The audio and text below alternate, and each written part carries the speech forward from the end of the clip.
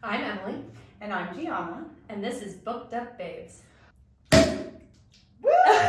Woo!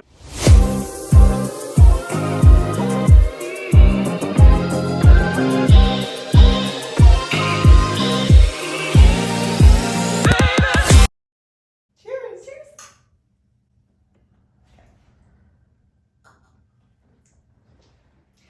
Hi, everybody. Hi. It's M and G, and we are here to have an episode that we have been looking forward to for quite some time since we planned it out. Yeah, for sure. And essentially, this is our end of the year recap. Yeah. Like all of our favorite books, we picked 10 of them. Actually, yes. I forced Emily to pick 10. I was not a fan of this choice.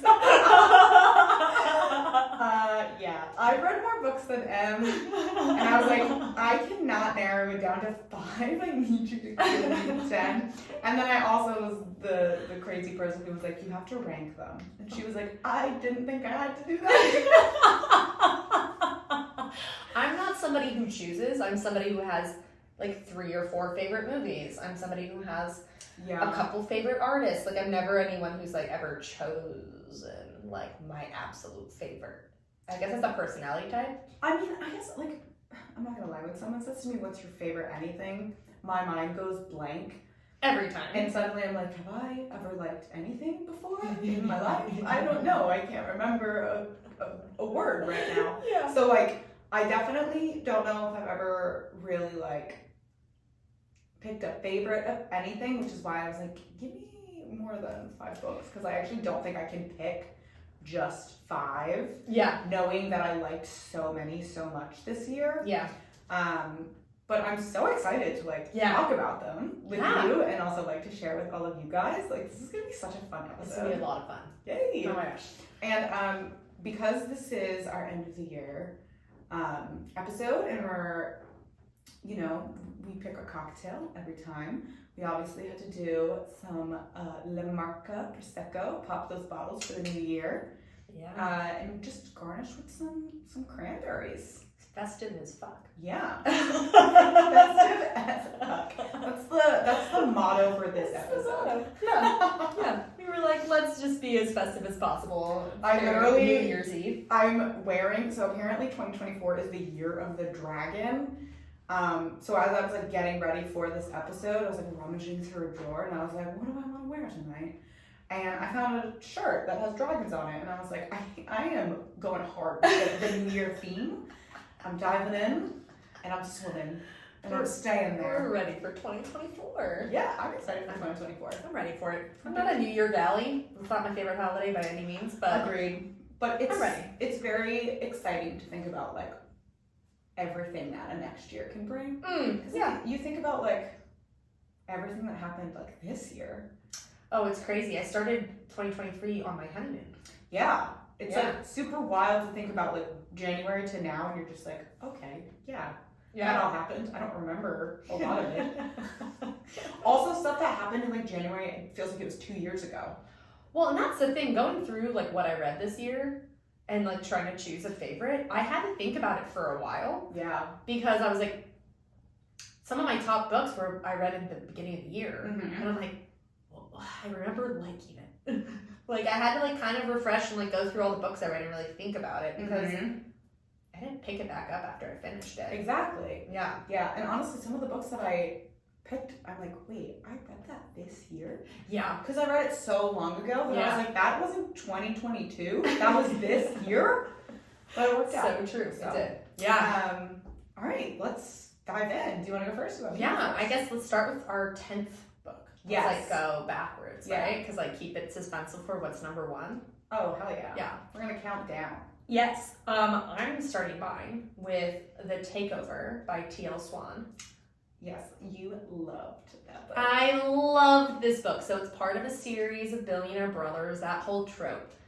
And each one's good. I actually think as Billionaire Brothers, a series where it's like 4 bros ending up with girls, it's actually a very good one. I like T.L. Swan a lot, actually. Mm-hmm. As like smutty romance novelists go, I think she's top notch. Mm-hmm. But I loved this one because the storyline and I will tell anyone to read it. But the storyline is a man dating an older woman with 3 boys that are teenagers, and she's a widow. And it's just so much more than a smutty, I mean, it is smutty. It's good smut. 3 promises. It's there. It's good. But I just love the fact that she was so, like, at one point I remember her talking about her love handles and, like, how she's had 3 boys and, like, how her body's never gonna, like, be, like, what he's used to. And he's like, no, I love your body for what it is. And I just remember really just being like, holy crap, you don't get that a lot in romance novels, like, ever, to be honest. And the fact that she was older than him, that's almost never the case in a book. And as a lady who is married to a man who's younger than me, I appreciate. You felt like you're my kindred spirit. I feel this. I have also been with younger men. No, but I thought it was a very beautiful book because it goes very deep into his relationships that he built with her sons. That's just really gorgeous. Yeah, you praise this book. I really liked this book. I remember giving it a shot. It wasn't for me. No, it doesn't have to. But I remember as I was reading it, I could absolutely see like why you loved it. And I think especially, which we talked about recently, because you didn't love a book that is one of my favorites of all time. And I think that it's been interesting because we don't agree on a lot actually. We have very different tastes. But I remember reading this book and being like, this isn't for me, but I can 1000% see like why it would resonate with you. And I do agree with you when it's like the storyline was just different.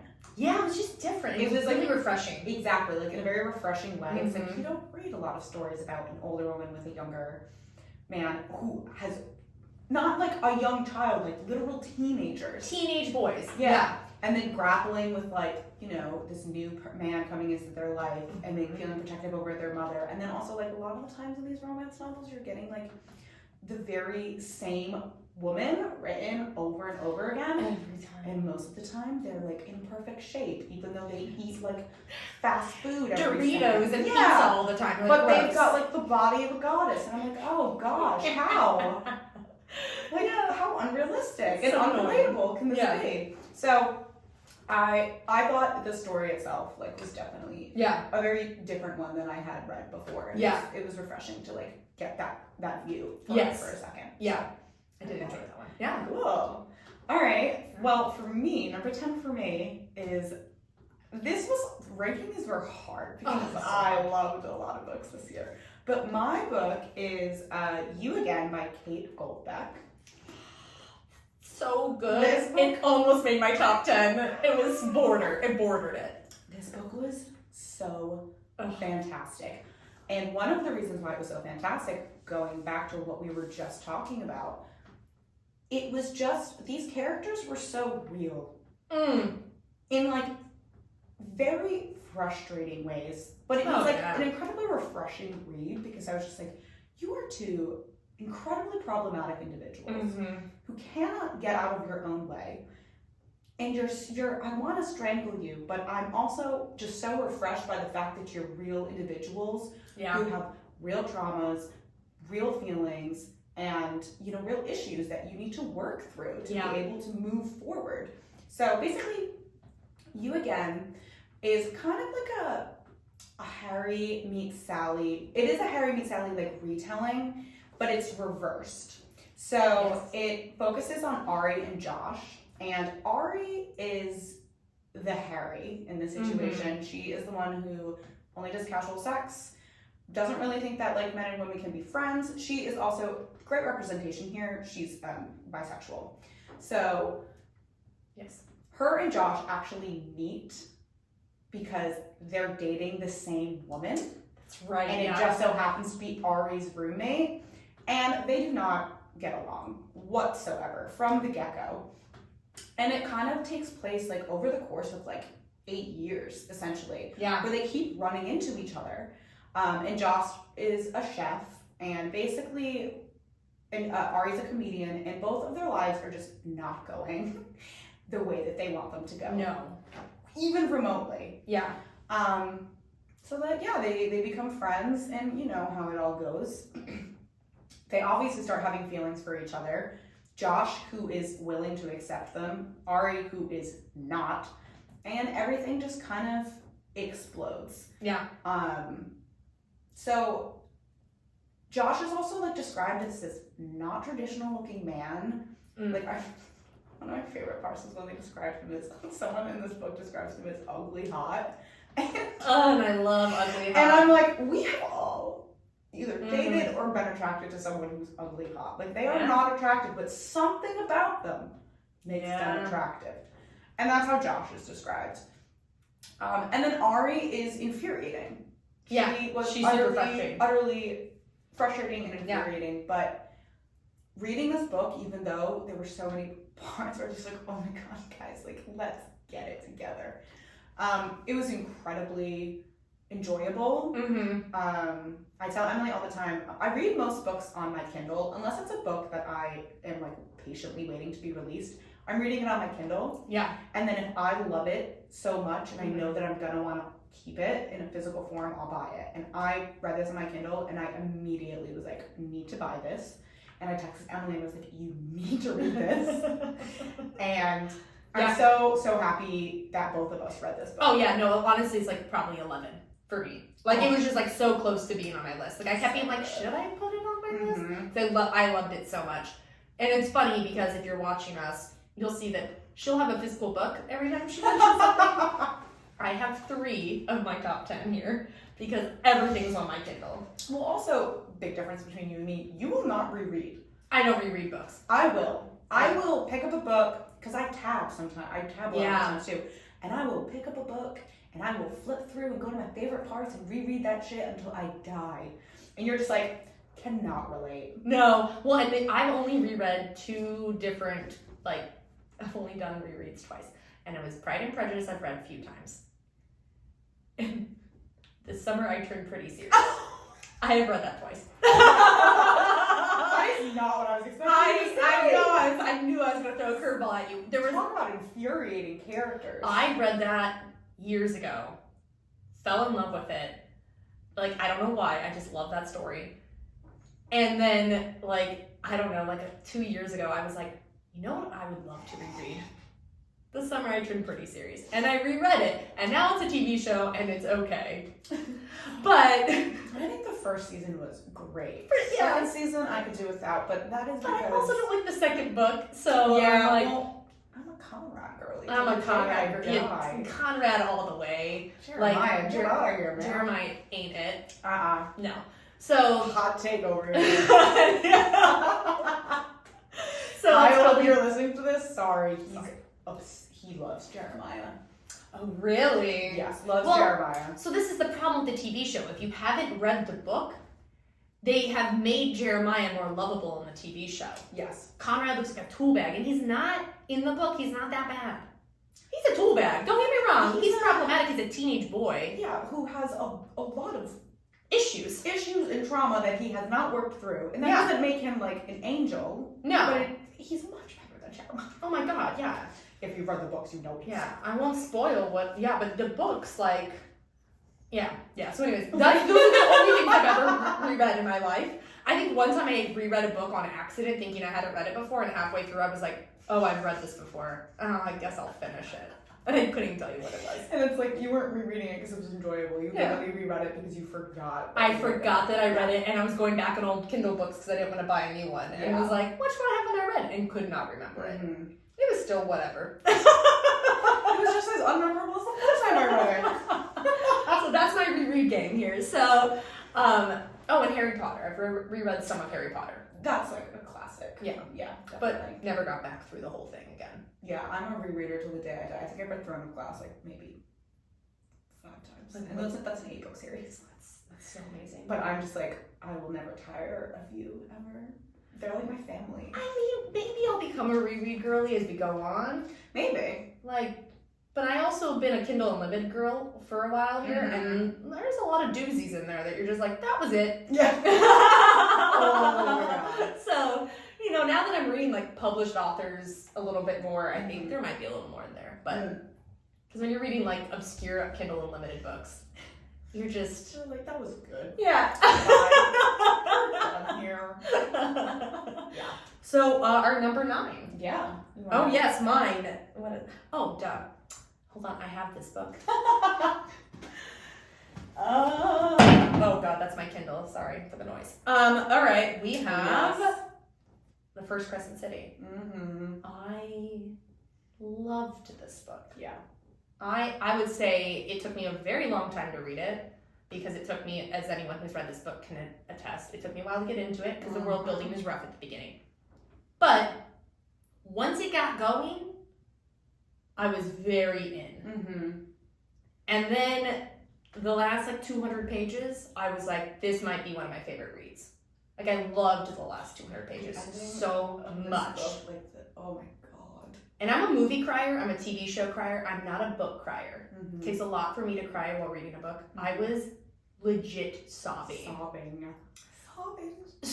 So, for me, I was like, I can't not put this on the list because I actually had, it was crying audibly while reading. And Greg looked at me like I had 7 heads. So, I was like, what? It's like, I know, I don't cry when I read. I know. So, yes. I guess I should say the synopsis of this one or what it's about. I mean, it's so much to say. Oh, it's so much. I mean, it's Sarah J. Maas. If you don't know, now you know. And it's a fantasy book about this girl, Price. Mm-hmm. And it's pretty much about, I mean, if I say more, I feel like it's gonna there's so much that happens. Well, you want to know what? We won't get into it because actually We will. Next month we're doing a full episode on Crescent City and Crescent City 2 for preparation of Crescent City 3. So, because it's just too much to break down. There's a lot to break down. And we are going to do this, so this is an advertisement for next month. Yes. Read this. But I remember 800 pages of joy. I remember telling Emily that the exact part that you cried at, I was reading that while I was walking on the treadmill on my Kindle, and thank God I was at the gym at our apartment in Vermont where no one was. I was utterly sobbing. Right. And I was just like, why did Sarah, and I read all Sarah's other books, so I should have known that something like this was going to happen. Oh my God. Where my heart was going to feel like it was ripped out of my chest, but I still wasn't expecting it. No. But yeah, Crescent City is my least favorite of Sarah's series, but it's still fantastic. It's still very enjoyable. Well, you don't like modern fantasy. I don't. Though. I'm not an urban fantasy girl. It's an urban fantasy, in case you're wondering. Yes, it's an urban fantasy. Yeah. They have cell phones. And guns. And that's just... I love it. And I'm over here weird. I'm like, give me a non-working toilet and carrier pigeons. And battle axes and swords. I'm like, send an owl. That's not for me. But it still was very enjoyable. I'm still extremely, extremely excited for the 3rd book. If those of you who have read this series, you know. So we will be covering it in full in an episode in January. Yeah. For sure. Okay, your 9. Okay, so my 9th is actually, if you know me, you know that my favorite fantasy series of all time is the Shades of Magic series by V.E. Schwab. So I actually think that A Darker Shade of Magic, the first book in that series, is a perfect fantasy novel. I wouldn't change a thing. I literally think it's perfect. So, I finished those books. I thought, that world was done. But then my lovely Victoria came out with The Fragile Threads of Power this year. This was probably my most anticipated read of the entire year because I knew it was a world that I thought was done was being reopened, and it's also my favorite fantasy series ever. So these characters that I thought I was never going to see again, I got to be back with them, and on top of it, it was new characters coming in. So Victoria basically, there was a really, really small part in the 3rd book of the previous series, the prequel series, that she intentionally wrote something just so she could leave the possibility of coming back to this series open. Okay. So this book is 10 years after she finished the Shades of Magic series. Oh. So she finished that 10 years ago. And then one day was like, I'm not done. And then wrote Fractal Threads of Power. Oh, wow. So Basically, Shades of Magic series focuses very much on, in this series, there are magicians called Antari, and there's only like 2 of them in existence. And the magic system in this series is very unique. It's like blood magic, and you say very specific things, and it allows you to do very specific things. So if you want to travel to different places, you say As Travaris, and it brings you. All you have to do is put your hand on a symbol, and you can travel to another place. But what's super unique about this is that it's kind of like worlds stacked on top of each other. That's what I read when I read the synopsis for this book. So for the it's series. Yeah, and they're all based on London. So there's Red London, White London, Black London, and Grey London. And a very, very big focus in the previous books is on Black London no longer exists. It was taken over by magic, and they sealed the door so you can no longer go there. Okay. But Antari are the only people who can travel through different worlds. So they're the only ones who can go from London to London, and everybody who lives in these Londons actually doesn't know that other Londons exist. Oh, okay, except for these Antaris. Except for these 2 people and the royalty and the monarchs that are in these places. So I'm not going to go into the Shades of Magic because that's not what we're talking about here, but we're talking about Fragile Threads of Power. But basically, this book focuses very much on, it brings back old characters, but it focuses very much on this girl named Tess, who's like a tinkerer. Okay. But she has a very special ability where she can see the threads of someone's magic around them. Oh, okay. And no one else can do this. It's just her. But she's like a tinkerer, and she repairs things because she can see the magic around an object or a person, and she's able to repair things by pulling the threads of the power and magic around it together to repair something, which makes her a very, very important person in this book. Yeah. Because there is a rebellion going on in this book. Okay. One that was already kind of in action in the previous books. Okay. This book was fantastic. It's a lot of information. I think I loved it also so much because it's very nostalgic for me coming back to this. It's part of the world you love. Yes. So there was literally no way this wasn't going on my list. Yeah. I definitely had a lot of, it's on my list mostly because of the emotion that I felt reading it, but it is a very good fantasy novel. Yeah. You can read this without reading the other ones. Okay. She wrote it very specifically, so like if you wanted to read this, it could be a standalone. You could, yes. So this focuses on Tess, and then it also focuses on another queen in White London, a young girl named Kosika. Okay. So, and all of them are connected somehow. Okay. And then it also brings you back to like the other characters like Kel, Lila, Bree, Alucard, like those are all people from the previous books.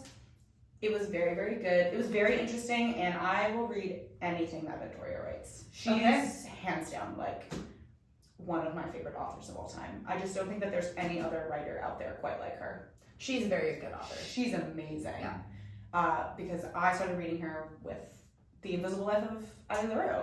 Which, spoiler, is on my list. Oh, yes! Em read that this year. I did read that this year. That's my intro to her. So good. Yeah. She's fantastic. I got to see her in October. Yes, that's right. And even when she's just talking about things, she just has this way of creativity that is just, I've never come across another author quite like her. So she's incredible. I love her. I will read literally anything that she writes, like anything. Yeah. So yeah, that's my number 9. All right, number 9. All right, 8. Oh, mine is Book Lovers by Emily Henry. Oh my God, my number 8 is also. Yours is also Emily Henry. I just saw your pile on it and they were saying that. But different ones. I just absolutely, we read it for one of our book clubs. Yep. And I just absolutely adored it. From like literally the prologue, I was like, I'm obsessed with these characters, especially her. I loved, once again, I'm a big fan of changing up the norm, and she was a very out of norm. I guess that's a weird way of putting it, but she was a very different main character than usual. Like, she was very harsh around the edges, very career-driven, which I can really relate to. And I just loved their relationship. I loved how it built. I loved the, like, small town that they got stuck in. Like, it was just a very well-written book. I cannot remember their characters' names, though.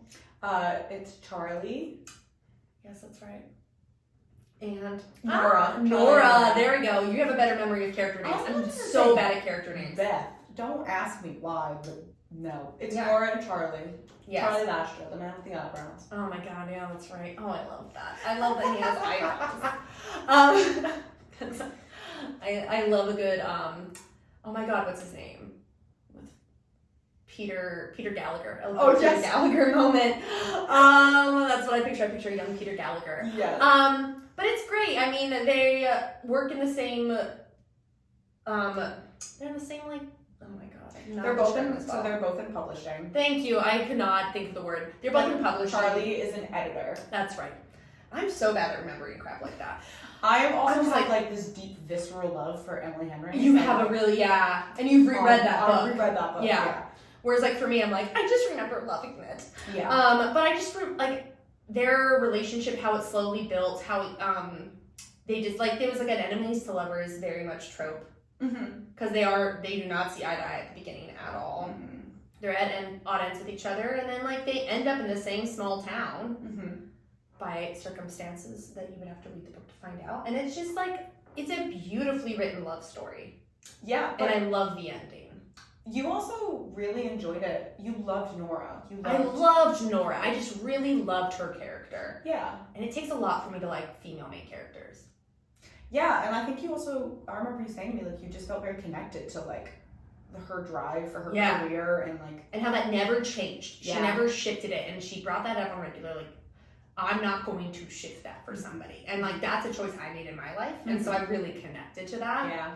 And, like, he loves that about her, and I love that, because that isn't all, like, as she says in the beginning of the book, I'm the girl that gets dumped for the Hallmark Channel blonde chick, or no, for the brunette that lives on the farm, and like the guy who's like wants to leave the city life for. Like, I'm the girl, I'm the high-powered business chick in New York that's getting dumped often. Yeah.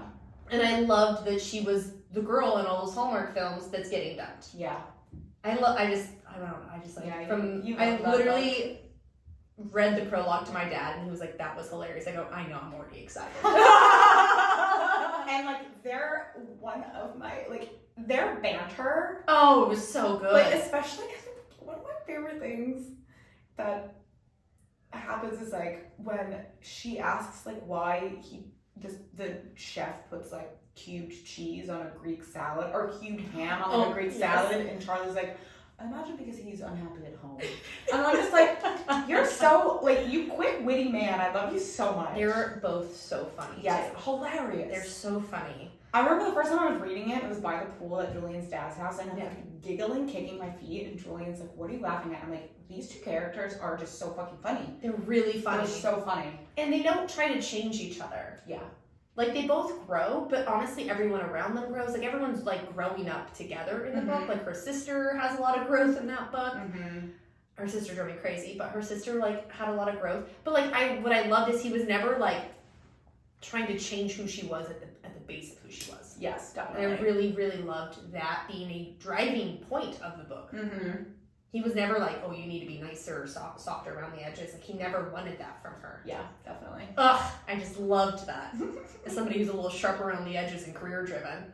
It's so wonderful when we, like, see parts of ourselves in a character. It's what makes, it's part of the reason why I love books so much. Yeah. Because sometimes it's nice to, like, read something where I cannot relate to it at all. Because I'm like, wow, how refreshing that I can, you know, dive essentially into this different life, this different world. And there's other moments where I'm like, I feel so seen because of this person who is written that I feel so much like, and it's just like, such a wonderful, it's one of the reasons I love to read. Yeah, so honestly, same. Yeah. All right, so my, what is this, number 8? We're on 8. Okay, so my number 8 is Happy Place by Emily Henry. And this was a hit or miss for a lot of people. Mm-hmm. I think that this book, one of my favorite books of all time, top 5, is Beach Read by Emily Henry. I think I've read that book 7 times. It's a very good book. I have a very like deep connection with that book. Whereas Happy Place, I think it was kind of a hit or miss for some people because I think it took just a little bit more of a serious tone to it than her other books. So this book very much focuses on Harriet and Wynn, and they were in like an 8-year relationship, and they go on a yearly trip with their friends. And neither of them have told their friends that they're no longer seeing each other. Yeah. And they also don't know, well, Wynn knows that Harriet's going to be on this trip, but Harriet does not know that Wynn is going to be on this trip. And there's so many themes in this book where, number one, Emily Henry just has this incredible way of, I always say this about her, she writes people the way that they deserve to be seen. Yeah, she is really good at that. She's very, very good at just writing humans and their experiences and where they lack and where they, where they don't. And this book, I cried reading this book because it just felt like I couldn't necessarily relate to it, but I could feel the rawness of it. Yeah. Not just from the relationship, but like, I'm 28 years old, and a very big theme in this book is not just romantic relationships growing apart, but also, your friendships. As you grow older and you no longer live in the same places, and it can start to feel like you're drifting away from like this family that you've created, and sometimes it feels like you're trying to grasp onto it any way that you can instead of just trying to grow with the way that things naturally evolve. Like relationships change, and that's okay. That doesn't always have to be a bad thing. Yeah. But sometimes people are very against change. It's such a scary thing for them. Yeah. That they resist against it, and it just makes things worse. So that's a really big theme in this book. And it also, like, Harriet's in a point in her life where she's like, I don't know if the career that I've been working towards for years is even what I want. Yeah. And I think it just, anybody who's between the ages of 26 and like 33, I think in some way can relate to this book. And I think it was kind of a hit or a miss because I think that it may have made people like kind of look at something a little bit deeper than they may have wanted to. Which is not like typically normally Emily Henry. No, and I was just like, this book was, it was amazing. It was amazing. I loved this book so much. I actually think, so I usually ranked, it was always Beach Read, Book Lovers, People We Meet on Vacation. And I think that it's Beach Read, Happy Place, Book Lovers, People We Meet on Vacation. Wow, really? I really, really enjoyed this book. I read it twice. I mean, what sucks is like, I can't stand the miscommunication trope, and that is in here. Oh, I hate that trope. I hate it because I'm just like, imagine if you just fucking talk to each other like normal people. But I can understand a little bit in this book, like why, like, they weren't talking to each other, which is what led to their end. Yeah. And at the end of it all they both were trying to do was make each other happy. So it's really complex. It's not just about romantic relationships. It focuses on like familiar relationships, your friendships, your relationship with yourself. It's just very a complex story. Yeah. And I don't know. I read it and I was like, I'm so happy that she wrote a book like this because it's nothing like any of the other books that she's written. A lot of the other books that she's written really have to do more so about just. It's just the romantic relationship and maybe like one other, like Book Lovers, it's also about her sister. And in Beach Read, it is, I mean, January. And it's also about her dad. Yeah, January has her entire worldview is just twisted on its head. And she doesn't even know how to like really come back from that. So like, but I don't know, something about this book, I was just like, I love this book so much. I know not everybody did. I thought it was fantastic. And like, Wynn says some of the most romantic shit in this book. Like at one point, he literally says the words, I think I made you by just wishing. Like, he says this to her. Like, he literally says, like, I think I created you in my life by just wishing for you. And I'm just like, and you know me, I'm a sucker for things like that. So. You are. I love this book. And also, her next book, Funny Story, that comes out in April, I'm so pumped for that. Oh, I'm super excited for it. Because of the lucky people who get advanced reader copies. Number 1, lock your windows. I might steal it. But some people have already gotten those and they've read them. And there was one girl who I saw a video today where she was like, it's fantastic. It's more along the lines of beach read in some ways, but it's the most like romantic comedy that she's written so far. Oh, interesting. And she also said it's the horniest book that she's written. And I'm like, okay. She's not a very smutty author. No, she's got it's always like 1 chapter or maybe 2. And I do like that. Yeah, no, I like that too. I don't need a bunch of smut. Emily Henry's structure of her books, I think, is the perfect formula. I think she has a very perfect formula. I think she's got it down, and I think she shouldn't change a thing. But I am excited to read this next one because I'm just like, I feel like it's going to be quite different from any that we've read so far. And she's very much, before we move on, but I think she's very much an author that if you wanted to introduce somebody to romance and they had never tried a romance novel and they're like, I don't know about romance, I think she's the perfect author to send them to. Yes. I mean, there's a reason why I was like, I picked Beach Read for our first book club. I'm like, I know for a fact I cannot go wrong with picking an Emily Henry book. No, and it's like, even if that's not your genre, her books, anyone can enjoy them. Yeah. Yeah. She has a way of writing that's really impressive. Yeah. All right, so we're on number 7. Yes. Okay, so I cheated a little. I didn't. Well, we agreed because I told you I was going to do this. Yes, and I also agreed with you. The Folk of Air series. Yes. So first book's Cruel Prince, second book is The Wicked King, and the third book is Queen of Nothing. And to me, you have to rate it as a whole. Mm-hmm. One book does not stand alone in the slightest. And honestly, I didn't like it at first. I told you this. I said because she was like, no, you'll like it. And I was like, okay. Just gotta keep going. Just gotta keep going. And when I got to the end, I was like, holy crap, the story that was told in all 3 books and how it connects and how it's told is incredible. Mm-hmm. And Jude and Carden's very slow burn relationship where they hate each other a whole bunch. Their story is a true, maybe not for Carden, but on Jude's side, it's a true enemies to lovers. Enemies to lovers, like to the fullest. And that was why it was almost hard to enjoy in the first book and a half, I would say. Because you're just like, oh my god, you hate this guy. But like, it's so, like, overall it's about Jude and her sisters. Look at me killing you now. I remember! I froze on the last one. I apologize. I was like, I just liked it. Jude and her sisters are living in the normal world. Mm-hmm. And this fairy shows up on their doorstep one day when they're kids and, like, murders their parents. Mm-hmm. It's not a spoiler. No, it's literally the first chapter of the book. No. And he takes them away to the land of the fairies. Mm-hmm. And they are now raised as kids, but they're humans in the fairy world. But they're raised under, like, a very prominent person, besides one. Yeah. Yeah, because their oldest sister is half fairy, and that's why he kidnaps them. Yes. Because that's his daughter. Yes.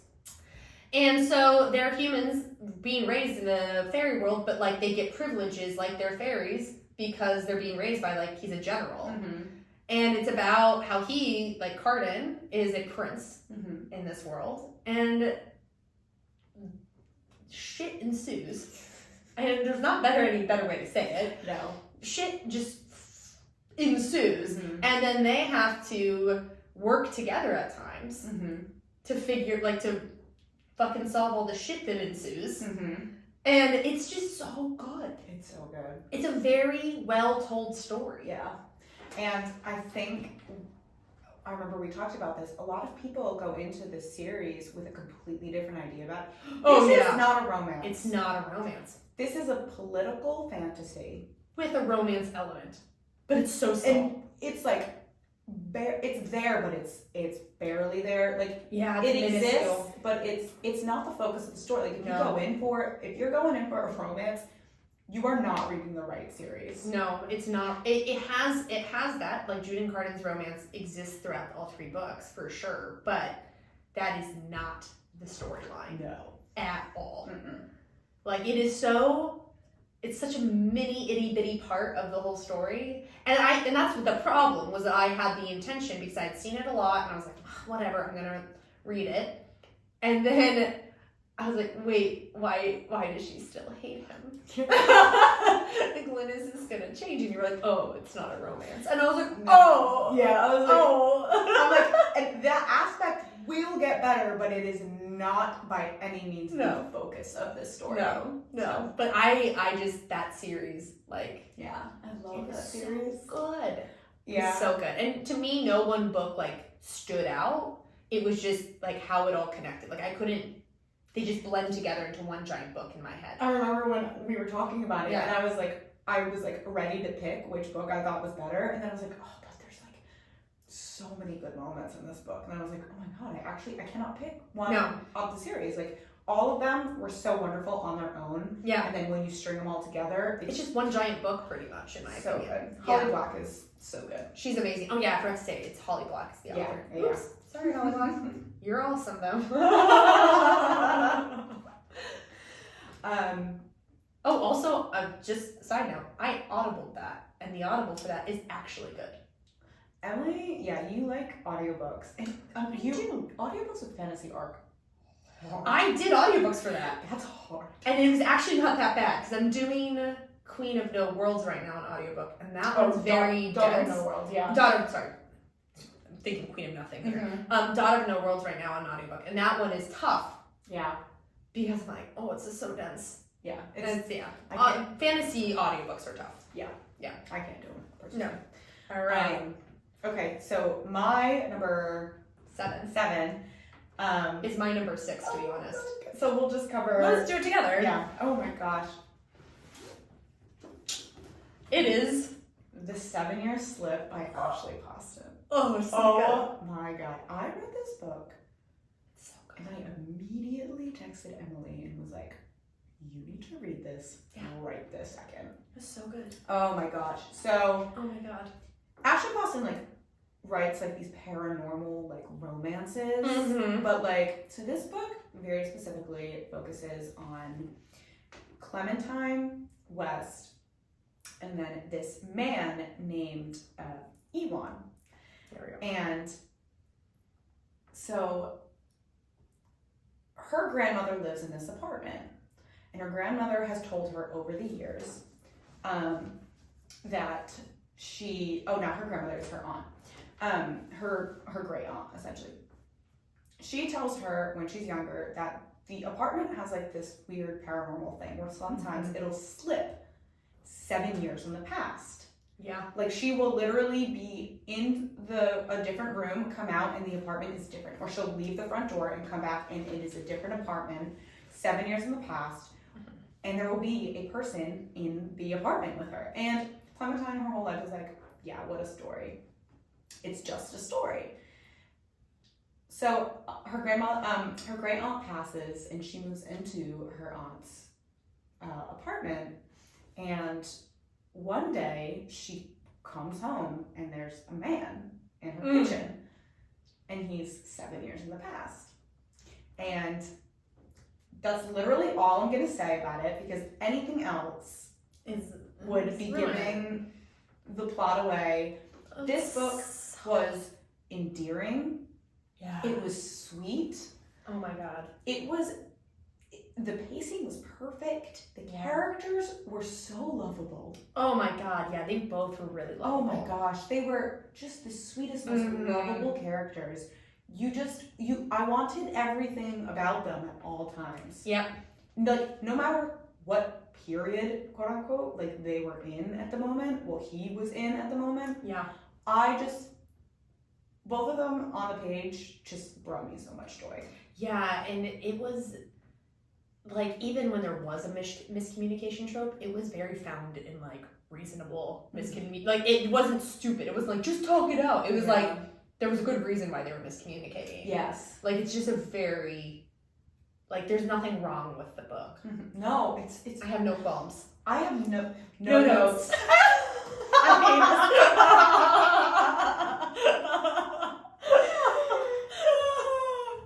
So freaking funny. Oh my god, but like literally. No, I mean, and also something that was like they both inspired each other. Yeah. And it's so crazy because it's like she's inspiring him 7 years in the past, and he's inspiring her at this exact moment in time. Yeah. And this book was phenomenal. This book did make me cry at the end. Oh, it's so good. There was a moment that I was just sobbing.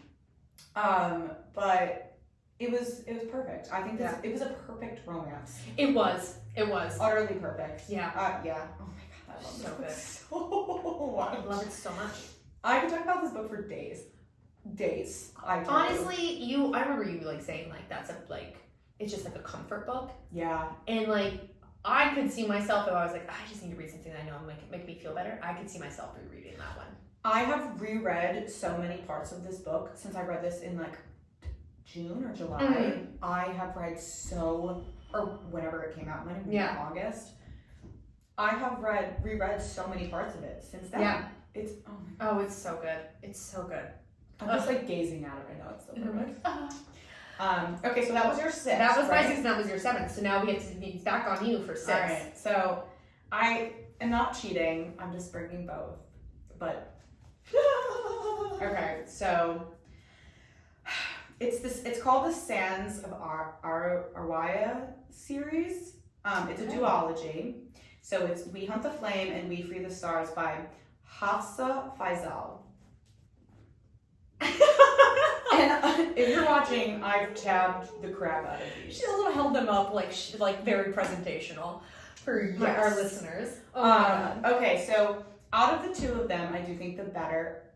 Both were just utterly phenomenal. But I'm choosing to speak about We Hunt the Flame. So these were actually the first books that I read in 2023. Okay. I read them on my Kindle. I finished them both, and I immediately went to Barnes & Noble and picked them both up because I was like, and I'm not even kidding you, I had just finished them on my Kindle, went to Barnes & Noble, and then reread them. Oh my god. So I could tab them. That is how much I loved these books. So these are fantasy, and part of the reason why, which I'm going to read some quotes from this book because the writing it's just stunning. It's so beautiful the way that this woman has written this book, the way that she has, like the dialogue is so beautiful. It's so descriptive. It's also very rife with culture. It's very much based off of like the Middle East. Okay. So there's Arabic in this book. Cool. That's like there's a lot of Arabic in this book. It's just so beautiful. So basically, We Hunt the Flame, it focuses on this girl named Zafira. And she lives in this small village. And she is the hunter. Okay. And the only people who know who the hunter actually is are her sister, her mother, and 2 of her friends. Okay. Everyone else in the village, and she's known in other parts of the continent as well, but she's only known as the hunter, and everyone thinks that she's a man. Okay. So she is the person who goes into this forest. It's kind of like an enchanted forest that grows day by day, and usually when you go in, you don't come back out. Okay. But she's like one of the only people who has gone in, survived on multiple occasions, and comes back out. That's why she's the sole provider for the village. So one day, she's sent on like this quest to go find this book, and it's to restore magic to the land. But at the same exact time, the Sultan, who is not a good person, sends his son, Nazir, the prince, who is a trained assassin. People know him as like a killer. And he is very quiet, very reserved, and he is very haunted. Ooh. So she doesn't know that there's also another group going on the same quest to find this book to restore magic. But Nazir has an additional task, which is find book, bring back, but also kill the hunter. Wow. So they have to go to this island, and basically they all meet each other, and he sees that she is a woman, and he's so taken aback because she's so strong. She's so strong. She never backs down. She speaks to him in a way that nobody really does because everyone's terrified of him. And it's just like this stunning, okay, I love me a found family trope, and this is in it. I love the fact that there's so much culture. I love the quest in this. I loved every single thing about this series. And I think in We Free the Stars, the plot gets a little, it feels like you can get a little lost in it. But I think like We Hunt the Flame was an absolutely perfect book. And I have some quotes that I wanted to, of course I lost them right now. But like, so it's funny because in the first chapter, it starts off with people lived because she killed. And in the second chapter, it starts with people died because he lived. Ooh. So I ate this book up. So I recommend this to everybody. It's only 2, it's just a duology. Which is nice. Which is very nice. Yeah. It's just like, it was like nothing I'd ever read before in my entire life. It was it was just so beautifully done. And like I said, I'm a sucker for poetic writing. So one of the quotes is, he paused and met her eyes. If a poet were to describe them, he would say to look into her eyes was to see the sea's first glimpse of the sun, drinking its reflection with endless ripples. Another quote is, he was a mess of scars like the sky was a mess of stars. From one stretched down his face to the craters on his back, to the ink on his arm. For that was what scars were, weren't they? A remembrance of moments dark. Wow. My mother once said that just as our eyes tailor to the darkness, so do our souls. A life without purpose may be no life, but a life without love is nothing but an existence. Like, these are just like...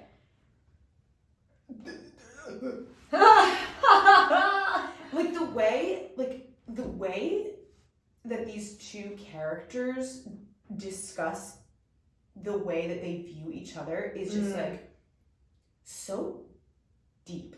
Like the emotions that they feel about one another is just so deep, and like it's like kind of like ingrained in them. It's so stunning. I absolutely love this duology. I would scream about it for days if I could. So, oh my god, I love this duology. So I started the year with these books, and it was a perfect start. So. Oh my gosh, amazing! Yeah. And that's your 6 and 5. No, so that's 6. That's combined? just 6. Okay, cool. I love that. Yeah, I love that for us. Yes. Okay. Because my 5 is I put ACOTAR because I read all of it this year. But as you pointed out, I should pick one. So I picked one. Well, this is really hard. This was really hard for me because I really like Mist and Fury. But I also really did enjoy Silver Flames. But I feel like Mist and Fury overall is a better book.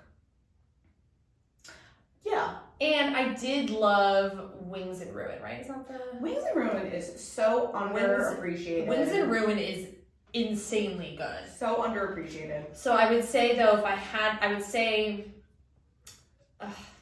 to choose of the ones that are out, I would have to go with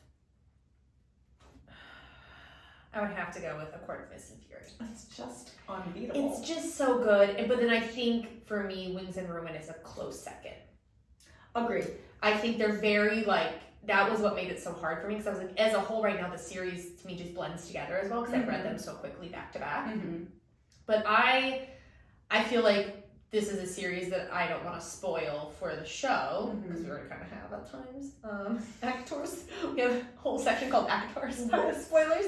But, I mean, if you don't know the story, it centers on a girl named Feyre, and it starts with A Court of Thorns and Roses, which hands down is probably the weakest of the books. Easily.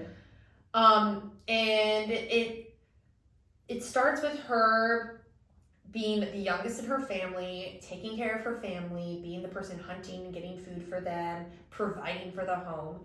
And she one night while hunting kills this wolf. And this beast comes to her home, goes, okay, well that was my fae. What did they call that's like not a guard, but it was what did they call that? I don't want to say emissary because that's not correct. Is it not emissary? No. Okay, well whatever. It's like his employee. Yeah. And he's like, you have to trade a life for a life. You have to come live with me. And so the first book is detailed as a Beauty and the Beast story. Yes. And so from there, it spreads into a full series. And the book I love is the second book. Same. It's so good. If you have ever, you haven't. It's so good. But if you have ever watched Howl's Moving Castle. Oh yes, we've talked about this on here. I want you to just think about Howl and Sophie. And that is book 2. Is book 2. Yeah. Well, it's not book 2. It's their very storyline. It's very inspired by Howl's Moving Castle. The relationship in it. Very, very inspired. A Court of Fury is it's just so good. I think because there's also so much more to it than just the romance. Like there's so much healing that happens in that book. It's just overall just an incredible book. So fantastic. And I would say Wings of Ruin is just right there next to it because there's non-stop action in that one. It's so easy to read. Yeah. You just fly through it. I do think it could have been just a dash shorter. It was a very long book. It was long. It didn't feel long though in a weird way. Yeah. But yeah, I got sold on that series. And you know what? As a lot of people say that's kind of that series got them back into reading fantasy. And I would say that I wasn't reading fantasy for a while there. I was mostly just reading Kindle Unlimited romance books, to be honest. That was most of my reading. I was reading a lot of Meghan Quinn and Colleen Hoover and just hanging out in that genre and just swiping through. Yeah. And it was a good time, but it was time to try something else. I was like, wow, I forgot how much I love a good fantasy book. And so now because I used to read fantasy and it's just something I didn't take the time to do. Plus fantasy books normally cost money. Yep. They aren't as much on the books that we like are not on Kindle Unlimited a lot of the time. No. So it just was easier for me to stick with that. But not complaining. So that's my number 5. Oh god, I love that series. God, it's so good. That was what got The Invisible Life of Addie LaRue it's not fantasy, but it kind of it has fantasy aspects. That's what got me back into reading stories. Yeah. But ACOTAR is definitely where I deep dove back into a higher level of fantasy. Yeah. Got back in. Yeah. Okay, so I actually meant to do this was supposed to be my 6th. I flip-flopped a little bit. Oh, but it's okay. Forget Me Not by Julie Soto. Oh yes, you love this book. Oh my god. Okay, so I love this book so much. You really do. And I'm meaning to read it. It's on my list. Oh my gosh, I love it so much. Julie Soto is actually a fanfic author who writes who used to write Hermione fanfiction. I've actually read her. That's Draco and Hermione. Yes, yes. I've read some of them, and then when she put out this book, it's her very first published novel. I was like, you're the person who's been writing some of these fanfictions that I've been loving. Oh, holy shit! So it's funny because Forget Me Not is kind of based off of Kylo Ren. And it's it's a Raylo fanfiction-esque type vibe. Isn't that so funny? If I have not read this yet. So it focuses on Elliot and Alma. Okay. Who are both so Elliot owns a florist shop that he used to run with his dad, who is now passed. And Alma is actually a wedding planner who was working for this woman, which is how her and Elliot met. And now she's doing her own thing. So it flip-flops. So Elliot's point of view is when earlier in life, when they meet and are dating. Okay. And Alma's point of view is after they've broken up. Oh, I like that. Like, I think it's like a year after they've broken up. Okay. And their paths cross again because she's doing wedding planning for, it's like her big break. She has these couple who are like very big. One of them is like a makeup artist. So this is her big break. And the makeup artist's fiance knows Elliot. So she wants to use him for the florist. So now Alma and Elliot are back working together. And they have literally not spoken since they broke up. Something happened, I'm not gonna say what it is, but something happens, and she just severs ties. Okay. So, and Elliot is the grumpiest person in the world. He just like hates everyone and everything. But he's, I don't know what it is with me, and like sometimes I just love a man that shows no emotion. But like only shows it to her. And I'm like, love that. The exception. Yes. Trope, yeah. And he's very much like that. I loved reading about their relationship. They're so different. She is just, takes what she wants, very straightforward, and he's very much like, you need to take it down a notch. But like, he also loves that about her. Yeah. And they're both incredibly headstrong. They work so well together. And like, she inspired him, like when they were together, like part of the reason his business is like thriving is from, you know, ideas that she gave him. And like he gives her strength to like, you know, like believe in herself and like be the person that it was so good. Again, another book that I read and have picked up over and over again, just to like read parts of it. Like sometimes I'm just like, I need my Elliot and Alma fix. Okay. I'm just, oh my god, I love that book so much. Amazing. So much. So yeah, that was supposed to be my number 6, and We Have the Flame was actually supposed to be 5, but I accidentally flip-flopped, but it doesn't matter because I loved both. So yeah. Okay. So our fourth book now. Book number 4. So for me, it was a girl called Samson by Amy Harmon. I still haven't read this book, and we have talked about it so many times, and you love this book. I am an Amy Harmon super fan. I'm not gonna lie to you, I've read every book of hers but 2, and she's written like 17, I think. Love it. Yeah, I love her. You love historical fiction. I love historical fiction with a bit of romance. Like probably one of my favorite reads of all time, and the book that got me into her was The Name of the Wind, I believe is the name of it. What the Wind Knows. Sorry, that's a different book. Is the book we want to read. Yeah. What the Wind Knows. There's wind in it.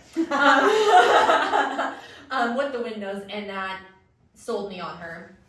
Incredible book written in like about Ireland and during the Troubles. But this year she came out with a book called A Girl Called Samson.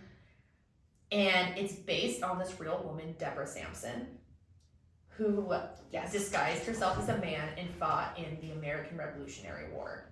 And just, bitch is real. And it's so cool because she did not, I don't want to ruin the book, but she does change history a little bit. Like, the romance in the book is a real person, but is not somebody who she ended up with. Okay. I did the research afterwards. Some people are a little pissed about that, like, oh, why couldn't you just, let her, have her real life? And I'm like, well, Amy Harmon writes historical fiction with romance, so she had to have a romantic person. Yeah. And the guy, he's a colonel. I want to say his name is Sam, but I'm blanking on his name right now. But he was a real colonel working under General Washington.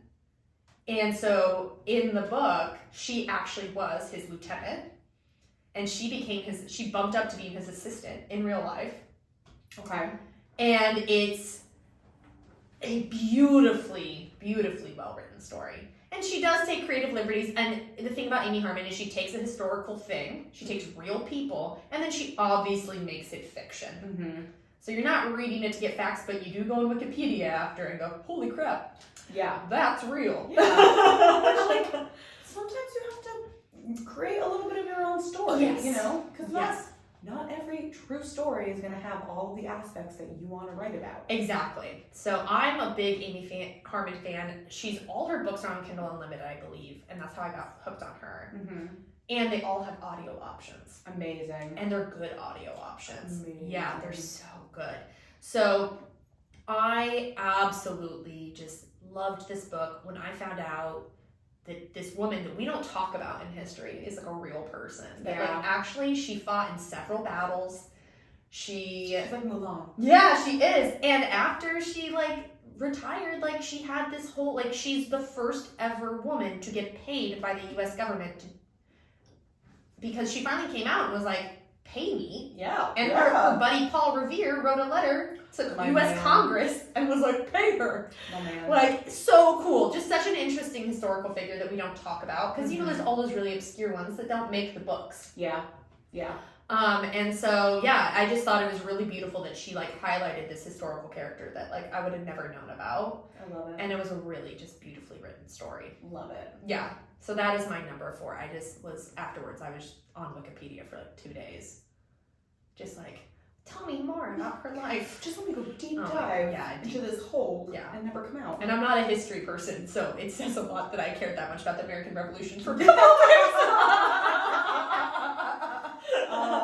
Oh my god. Yeah. That's my number 4. I need to read this book. Oh, you do. You just need to read her and just read at least one. I know, because you've talked about another one too, and you're like, just read it. So she's amazing. I need to. She has fantasy as well. Okay. And her fantasy is very good. Okay. Yeah. I'm gonna read it. 2024 goal. Yes. Amy Harmon. We're gonna follow this storyline. Yes. Emily's gonna hold me to this. I'm gonna hold you to this one. Okay, so number 4 we said? Yes. Mm-hmm. Okay, so my number 4 is actually 2 books, but they're told at the exact same time. And they're in the same universe. So they are Magnolia Park's The Long Way Home. That's right. And Daisy Hates in the Great Undoing. Okay. So Magnolia Park's Long Way Home, that one focuses on, obviously, Magnolia Parks and her ex-boyfriend, BJ Valentine. So if you like Gossip Girl, this is that on like steroids. It is so, there's just a lot of toxicity in it, but it's just so addicting. It's so good, mostly because Jessa Hastings, her writing is, the way that she writes things is at moments incredibly beautiful. I don't know, her style of writing is just so different. So that's Magnolia Park's The Long Way Home. And then Daisy Hates in the Great Undoing, that focuses on, obviously, this girl named Daisy Hates, her brother, Julian Hates, and her boyfriend / ex-boyfriend, Christian. Okay. Christian Hems. So Magnolia, BJ, and Christian are all friends. So in this series, the Magnolia Park series, they're called the box set.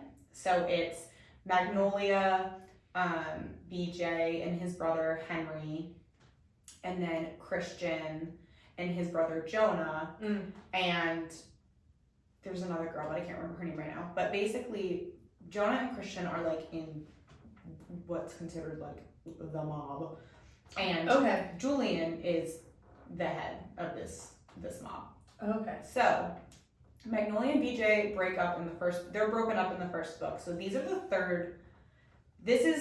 second books in both. Okay. So Magnolia and BJ are pretty much broken up the entire time. And then Magnolia starts to date Julian while BJ has another girlfriend. And we get to see both of these stories from both point of views happening at the exact same time. So you're getting Magnolia and BJ's point of view in Magnolia's book, and you're getting Julian's point of view in Daisy Hates' book. Okay.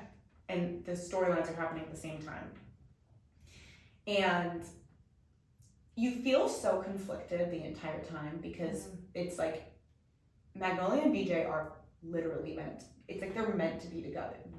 Like there is just always this like invisible string that's like pulling them towards each other. And like the way that they talk about how much they love each other is just like, well, obviously they're meant to be together. And the reasons why they're apart don't become clear until a little bit later.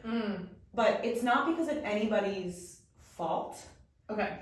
There's just like a very big thing that happens, which is the reason why they're apart. And no matter what they do, they try, and then everything falls apart anyways. So one of the quotes that's very specific to to Magnolia's books are, how many loves do you get in a lifetime? And it's a good one. Yeah. And then in walks Julian, who has never been in love. He's never had a girlfriend because he's the head of a mob. He's like, I can't afford to care about anybody because it'll get taken away from me, and I close myself off.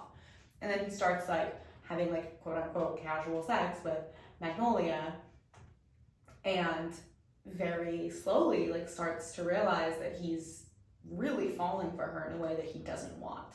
Okay. So to her face, he's always like, you're at arm's length. But like behind the scenes, he's like, I don't know how I'm ever gonna like let her go. So you have like these two very different things where it's like Magnolia and BJ are like always running towards each other. And then Julian is very much like trying to keep her at arm's length and like very much failing. So is this like a full-on love triangle? Kind of. Because I love a good love triangle. Yes. It's done well. Yes, but no, because Julian like will not. He like refuses to let anyone know that he actually cares about her. Okay. In like a deeper way, but he really does. So there's a quote from the book, so both Magnolia Park's book and Daisy Hate's book, there's a part where her and Julian are speaking, and this is from Julian's point of view. In another life, I reckon I could have loved you, I tell her. She gives me a little smile back. In another life, I would have let you. Never you mind that I already love her in this one. Oof. And he is extremely aware that she's deeply, deeply in love with BJ.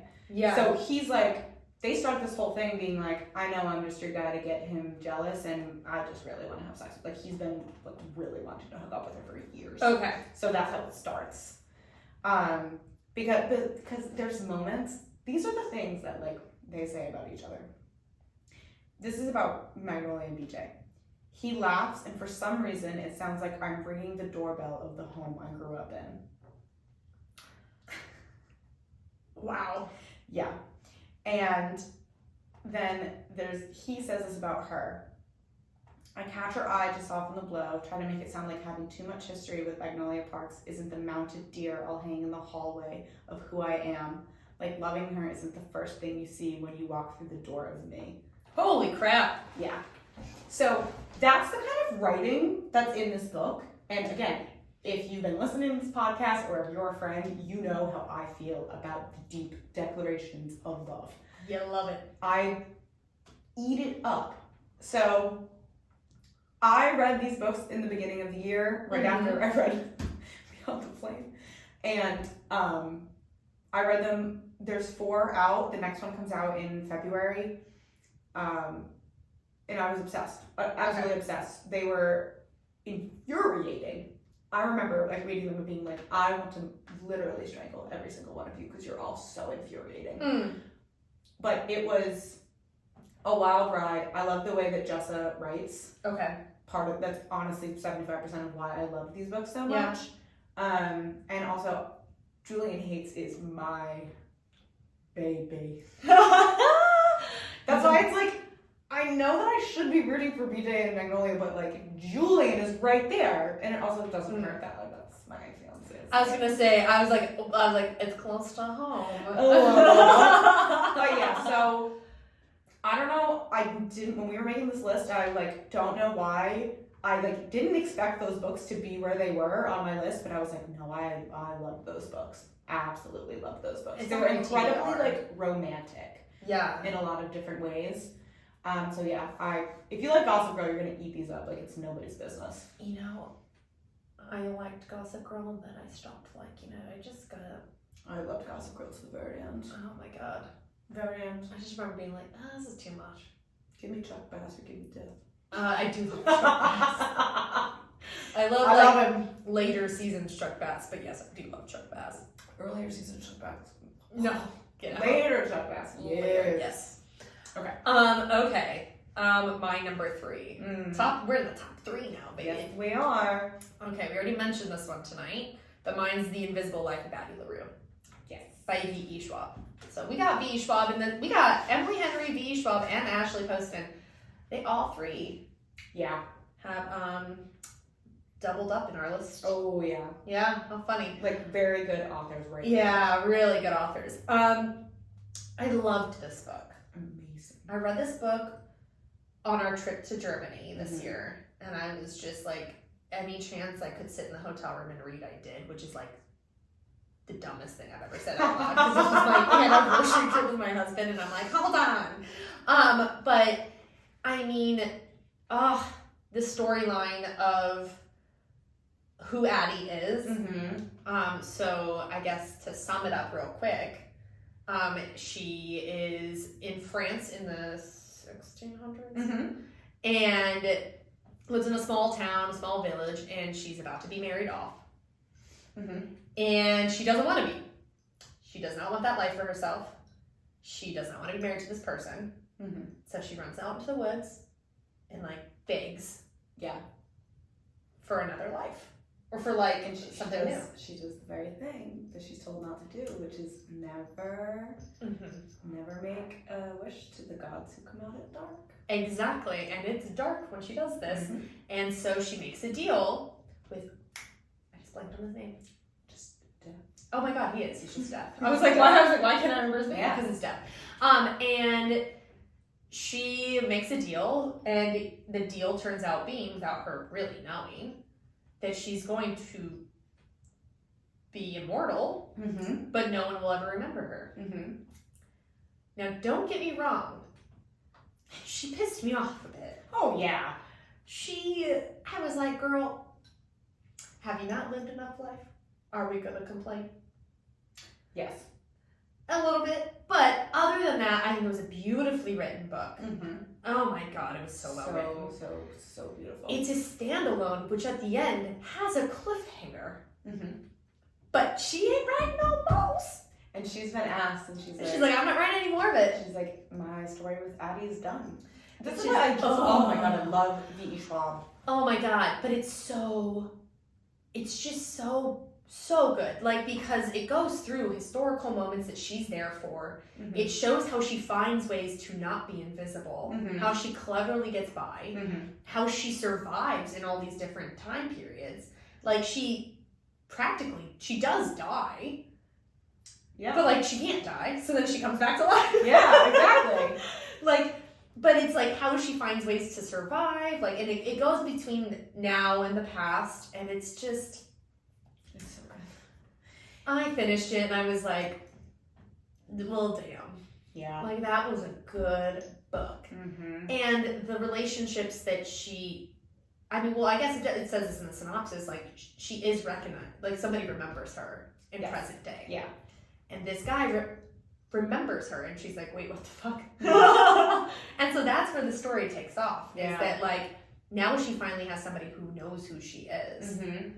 And... So good. Oh my god. Good. It's so good. This was the first book that I was reading, like, a ton of, like, those, like, self-development books and stuff. I hadn't read, like, a story in I don't even know how long. Okay. And this was the first book that I picked up, and I was like, oh my gosh. Oh, what a great first book to pick up. Yep. Oh my, yeah, it just, like, when I think I finished it on the plane back to the States, and was just, like, crying, and, like, and I don't, as I said, if the book makes me cry, it's a big deal, because I don't cry when I read. And I was just like, what do I do now? Yep. And then I, like, instantly, the minute we landed, and I was like, is there another book? Yeah, no. And I was like, oh my god, she says no. So good. It's so good. And I think they're making it into a movie. Because I went down a Google haul. It's like been in talks for a while, but it's Yeah. like one of those things where it's like, it got announced and then, no one ever heard of it again. I know, and I'd be curious to see it as a movie. I think it'd be actually very well. If they did a good job, it would be a very good movie. Yes, if they did it right. If they did it right, it'd be a very good movie. I do have like... Oh, you're probably very protective of it. I feel very protective over, like, because they're also doing like a beach read movie, and I feel very protective over that. Oh, that's right. Emily Henry's getting movies made now. Like, left and right. She's got all three. Beach read, book lovers, and people who went on vacation are all... Okay, well, can they make Peter Gallagher No! young again? Like CGI him as young on somebody's face, and like let him be in book I think lovers. you should like just write them a little letter and ask for that. I'm a Peter Gallagher lover. I fucking love Peter Gallagher so much. Oh my god, okay. I'm in that phase now in my life where I'm old enough to find people who seemed like dads to me when I was a kid, and now I'm like, oh, you're hot now. I get that, though. When I was a kid, I was thirsting after Richard Gere and like Pierce Brosnan. Oh yeah, they were like standards for sure. But like, I mean, I'm a big OC lover. Yes. And like the OC is one of my favorite TV shows of all time. And like Peter Gallagher was like the best TV dad I think in history. He's my favorite TV dad. You can have your own opinions about TV dads, but to me, Sandy Cohen is the best TV dad that has ever walked this planet. And I respect that. And it's a very strong opinion I hold. But he was a dad, and I'm like, Hey. Cohen can get it. So that's my spiel about Peter Gallagher. We can move on to your book 3.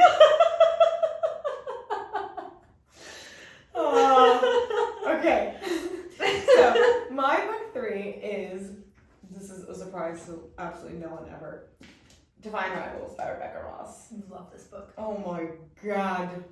This book was, again, with the beautiful, beautiful writing, this book was just utterly fantastic. And I think that Rebecca has this like fantastic way with words. I read her first 2 books, A River Enchanted and A Fire Endless, and I did really enjoy those, but I actually didn't even know that this book was coming out this year. Like, I just like went to the bookstore and I was like, oh, Rebecca Ross. I like read her stuff before. Surprise! I'll pick it up. Yeah. Read it and was like, this was one of the most unexpected things I've ever read.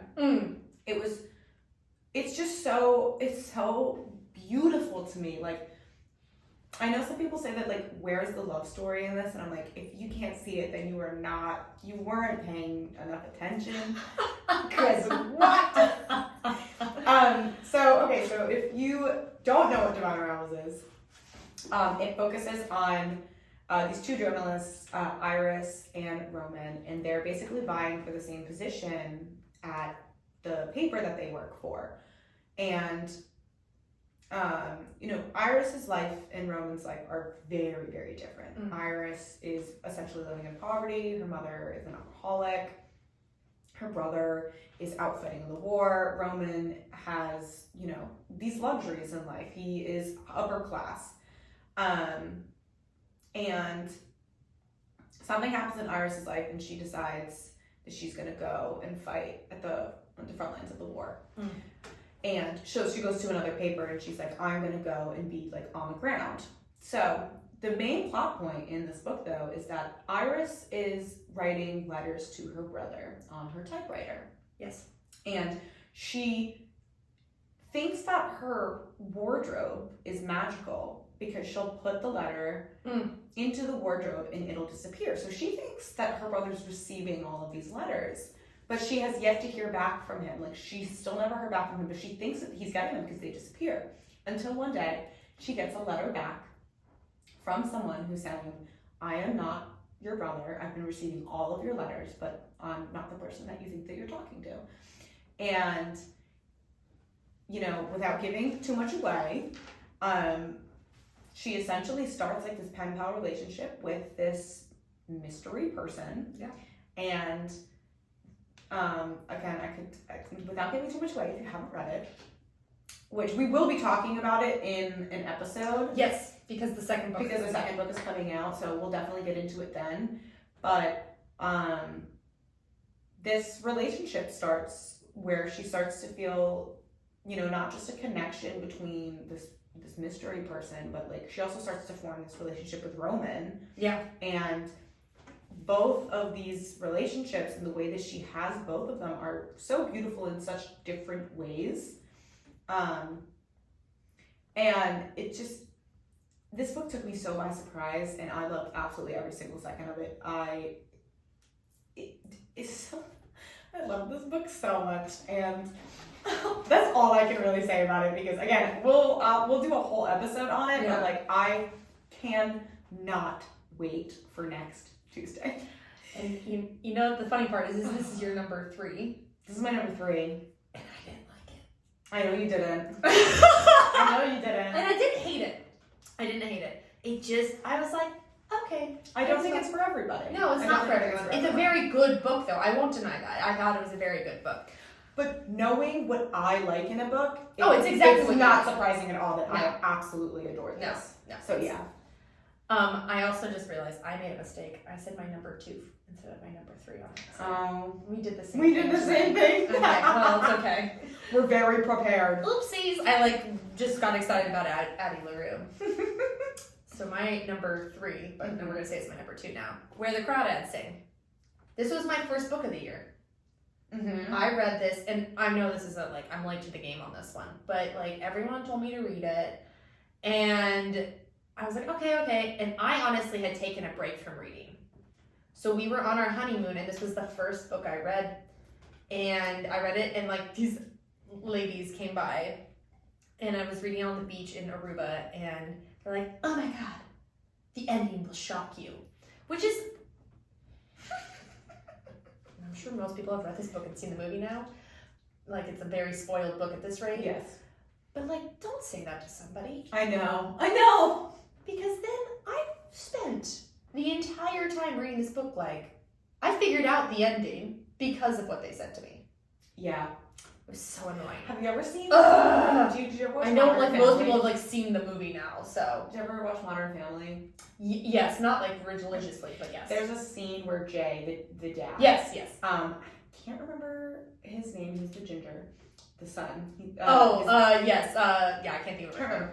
But they're both reading. Cameron's his husband. Yeah, yes, they're both reading the same book, and his son, at one point, he's like, oh, and Jay's like, would you stop? And he's like, you keep doing that, you're ruining it for me. And he's just like, well, I'm on page 9. He goes, I'm not even there yet. So now I know that there's on this page. He's like, you're ruining it. That was literally those women at the beach. They turned out being people I talked to in the water at one point. They're very sweet old ladies. But Still, I was like, you don't say that. You don't say that. But I mean, it's a very well-known story now. It's a very popular movie. The book is ridiculously popular. Mm-hmm. But I just adored the story. Yeah. It was beautiful. Yeah. It was really beautiful. It was my number 3 of the year for sure. Sorry, I don't think you are too. But it was just, oh my god. I mean, if you haven't seen or read it, I'm so sorry for my spoiling. You didn't want to spoil anything though. I didn't really spoil anything. Those women I was like, damn it. Yeah. But it's about a girl named Kaya who grows up in a marsh and kind of raises herself. Mm-hmm. And how she survives pretty much on her own because her whole family ditches her there. Yeah. They literally one by one just leave. Yeah, and it opens with a murder in the marsh, and she becomes a suspect in the murder. Mm-hmm. And it's how, she's proving that she's not, but it's how she's involved with these people in this town, even though they all pretty much reject her from day one. Yeah. It's a very, very well-written story of, because she's beautiful and smart and really an incredible person, but everyone is oh, she's the marsh girl. Exactly, yeah. And how you can't judge book by cover kind of thing, but also oh, it's just so complex and beautiful. Yeah. I was just blown away by it. I remember finishing it and being like, what do I do now? Yeah, no, I was I literally looked at Greg on our honeymoon. I was like, can we watch this movie? And I haven't watched the movie. I heard it wasn't very good. It was fine. And the problem was, I finished the book, and within 3 hours, we had dinner, and we watched the movie. And I was like, I think I should have given some space, and I would have liked the movie more. Because I was like, well, no, that's not the, because I literally had just, like, info dumped all that information in my brain in the past week, and then watched a movie where they changed a bunch of things. Yeah. Like, when you have space from something, you're like, oh, that change doesn't bother me. But it bothered me because I just, like, literally would, like, put it down, put it on. Yeah. So we're not going to get into it, but the author of this book. Oh, I didn't say the author. It's Owens. Yeah. Major controversy. Really? Yeah. We won't get into it. But I found out after I read the book, and I was like, well, crap. Well, I like this book. I'll tell you about it later. Okay. Offline, or do your also, research. but at the same time, you know, we're in a world where sometimes you gotta separate the art from the artist. Otherwise, we're never gonna enjoy anything. No. What up, Harry Potter? Yeah. Like, I still love Harry Potter, but J.K. Rowling, you are not my girl.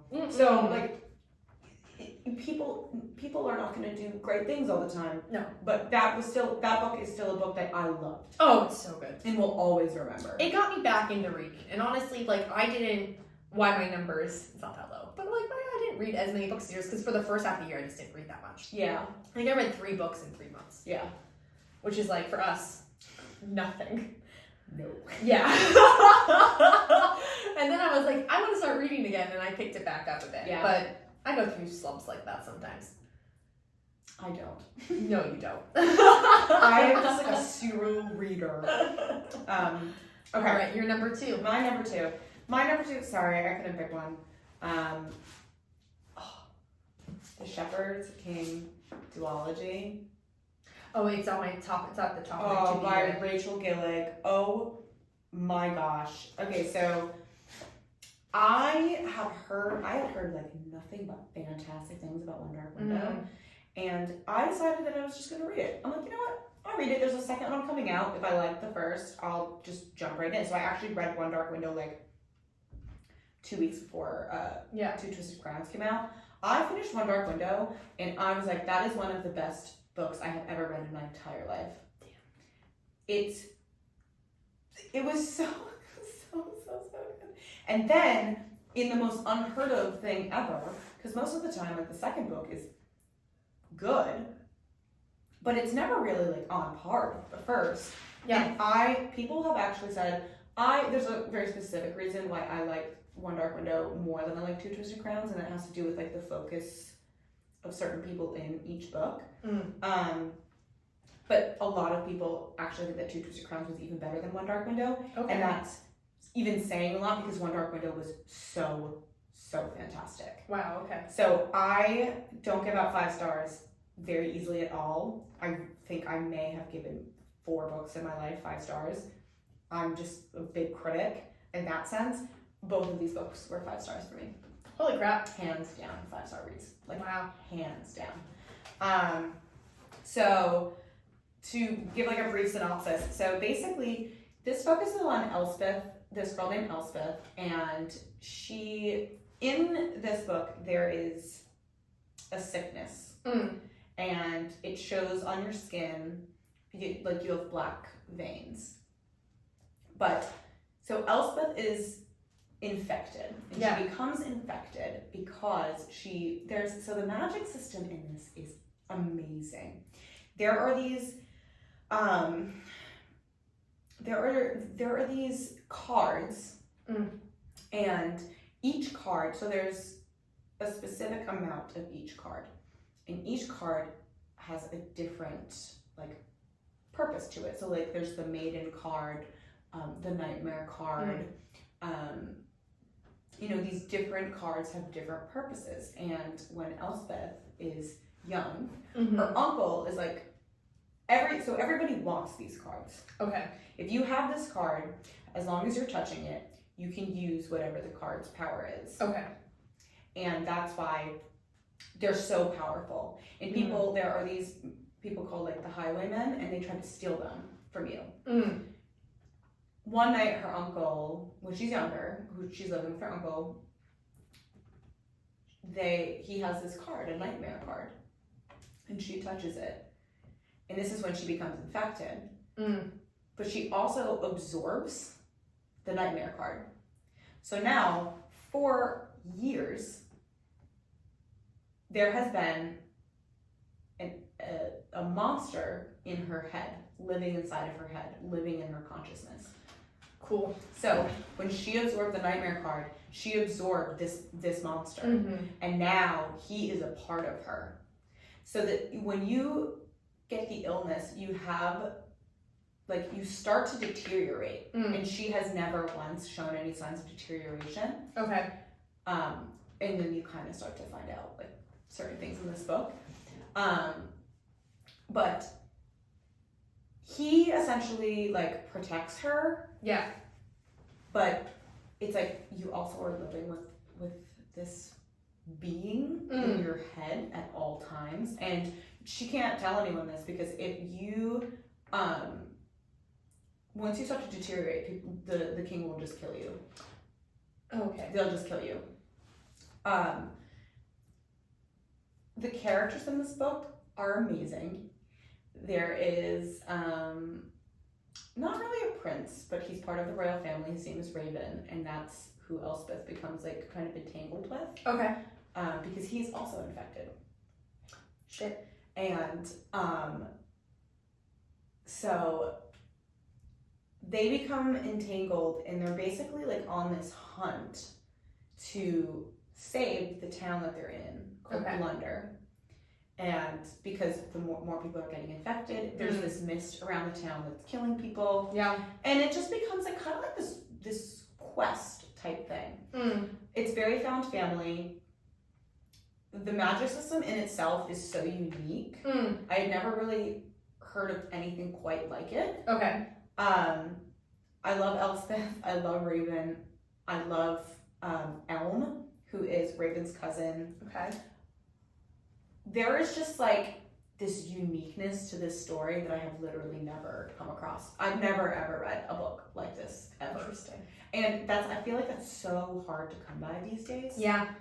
It's like regurgitated stories over and over. And this was just so unique. And, like, refreshing. Oh my gosh. And, like, all of these characters are so complex. Everybody is just trying to do the best that they can. Okay. And again, found family is, like, my game, and that is, it's in Two Twisted Crowns. It's just, like, it was hands down one of the best duologies I've ever read in my entire life. No, it's on the top of my to-be read, for like, sure. You know when you, like, love something so much, it's hard to even, like, describe it? Yeah. Like, yeah. And I don't know why that is, because I love it so much, but, like, I'm sitting here trying to describe it, and I'm like, no words are actually putting into How much you just genuinely enjoyed it. Yeah, like, how good this book was. Yeah. This duology, it's amazing. If you've read Fourth Wing or Iron Flame, and you know Taryn, the nightmare, the monster inside of her head is basically Taryn. He's like an old, grumpy grandpa. So he's, like, terrifying, but he's also, like, a very grumpy grandpa. Love that. I would recommend this to literally anyone ever at any moment. This was, if my number one wasn't my number one, these would be my number one for sure. So yeah. So good. Amazing. Are we ready to do number one? Let's do it. Do like a fake drum roll. Drum roll. If that gets picked up by the mic, we'll find out.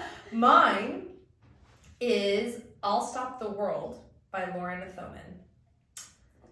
Okay, so I found this book from an ad, and it was like Mindy Kaling's book, like Mindy Kaling's she like publishes books now, and this was like her book. And I was like, what the heck is this? And I read the synopsis, and I'm just gonna read the synopsis because that I think encapsulates it pretty well. The end and the beginning become one in a heart-pounding coming-of-age mystery about the power of friendship, fate, and inexplicable second chances. Is it the right place at the wrong time, or the wrong place at the right time? Trapped in a dead-end town, Justin Warren had his life defined by the suspicious deaths of his grandparents. The unsolved crime happened long before Justin was born, but the ripple effects are still felt after 38 years. Justin always knew he wouldn't have much of a future. He just never imagined that this life might take him backward. In a cosmic twist of fate, Justin's choices send him crashing into the path of determined optimist Rose Yin. Justin and Rose live in the same town and attend the same school, but have never met because Rose lives in 1985. Justin will be born for another 20 years, and his grandparents are still alive, for now. In a series of events that reverberate through multiple lifetimes, Justin and Rose have a week to get Justin unstuck in time and to put them in control of their futures by solving a murder that hasn't even happened yet. Oh my gosh. It's really Yeah, you read me this, and I was like, whoa. Yeah. Yeah. So this book is what got us talking about books, like, seriously. Because you sent this to me. I sent and it you were to like, you. I think that you would really, really like this book. And so what's so beautiful about it, so like Justin is like a very, like it's 2023 is that it's set in. So like 1985 for him, those are his grandparents. Mm-hmm. Which I was like, oh god, that's my brother's age. My one brother's born in 1985, so I was like, holy crap. But I guess if they're adults with a kid in 1985, that makes sense. But anyway, so he like travels back in time and like realizes in 1985, but he doesn't have a cell phone. He like, and it's like so that whole aspect is really entertaining and very good. But then like his relationship with Rose is just an incredibly well written like storyline. But on top of it all, like he in the future, like in today, he lives with his uncle and they have a terrible relationship, and his uncle's like really weird all the time and he can't make sense of it. And he has this like huge crush on this girl in his high school, and it's like that's his like whole world. And then he has to go back to 1985, and then all this shit happens. Mm-hmm. It does have a slow build. It takes some time to get into it, and it is written from multiple perspectives. Okay. And sometimes at the time you're like, why am I reading this random perspective? Mm-hmm. But at the last 100 pages of this book, I was wrecked. Okay.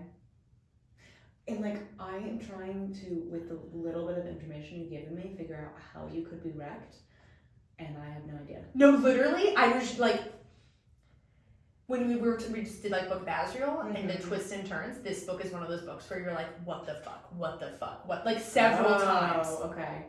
Like a lot of it's just like, and you're like, oh my god, like it's good, and like, oh. Like, I felt so much after I finished it. Like, I was overwhelmed emotionally.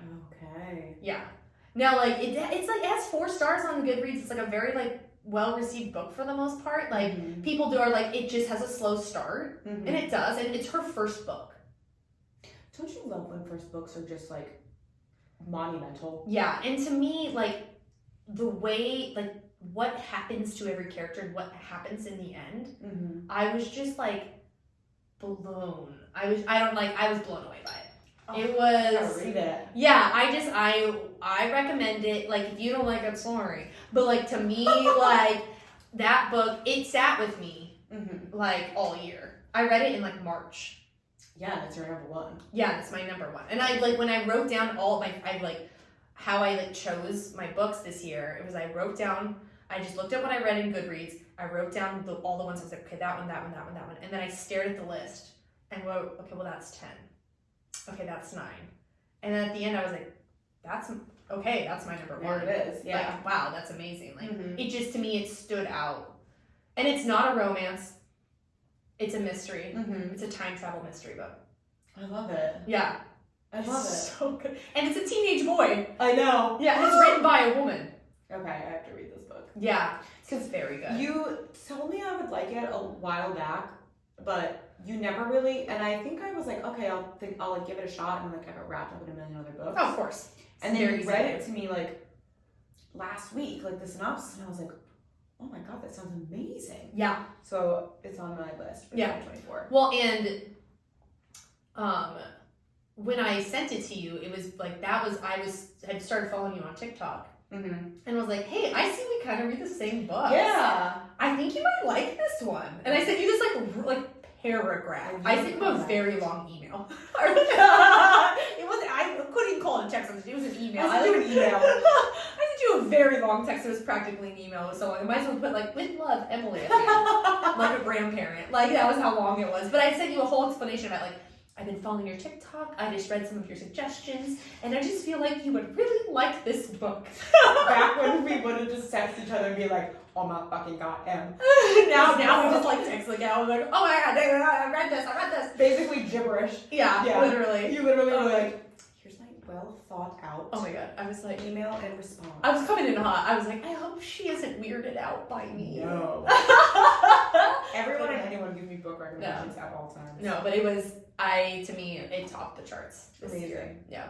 Yeah, it's on my list for 2024. Yeah, for sure. Oh, I'm curious what you think. You might not like it, but I just thought it was incredible. I may not, but the synopsis sounds really interesting. Yeah, and it's a first time author, and like Minnie Kaling is like now backing authors. Yeah. And now I'm like, all right, Minnie Kaling, what's next? Right? I'm in. I follow you. I like the Minnie You Project. didn't let me down the first time. I like The Office and the Minnie Project. I think you're funny. I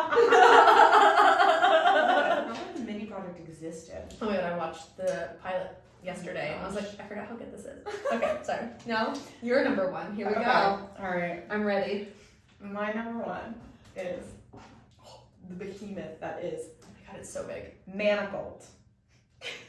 Which, I don't know, like, I don't think anybody expected this to be my number one. So, Manacled by SenLin. It is a Hermione fanfiction. So Draco and Hermione. It's a Draco and Hermione fanfiction. Now, this is the first Draco and Hermione fanfiction I had ever read. It did inspire me to read others. I have yet to ever come across anything as good as this. And not even just in the realm of fanfiction, in the realm of books that I have read, this is a masterpiece. Like an actual masterpiece. Like, if this wasn't a fanfiction and this was an actual book, I think that it's already very, very, very popular. I think it would be a million more times popular if it wasn't a fanfiction. It was like a published novel. Oh, for sure. But again, it's not a published novel because it's literally taking a world and characters that already exist in someone else and making them your own, which is why it's a fanfiction. But I read this book in the beginning of the year, and I found out from TikTok what it was. I was like, and I'm a Harry Potter girl. I have been my whole life, love the books. And my first crush was Tom Felton. I'm not a Tom Felton I girl. was in love with him. I was a Ron girl. Oh, yeah, I know you are. Don't know why. He's funny. Personality. I love a sense of humor. And I guess even when I was young, I was like, I love a tortured soul, but there's hope for him. And there was. And I think that's why I'm okay. You like a fix, I'm going to fix him energy. Yeah, and you know my life. You know that I've lived that before. Anyways, and I think that's why I also enjoy it, because at the root of him, Draco was not a bad person. He was just born into a very wrong life. Yeah. And he shows that in the books. Yes, he shows it in the books, shows it in the movies. Like, you see it happening where he's like, I don't want to do this. Yeah. But I don't know how to be anything other than this. And if I try, I will be killed. So this story is so it's after the war. Okay. It's set in a universe where Voldemort wins. And it's after the war, and it's very combined Handmaid's Tale with World War II. Okay. So you have like the aspects of World War II where, you know, the people who are in the resistance are, you know, they're put into these camps and they're tortured and killed, or like kept as like these kind of like, they're just treated as though they're not human. Yeah.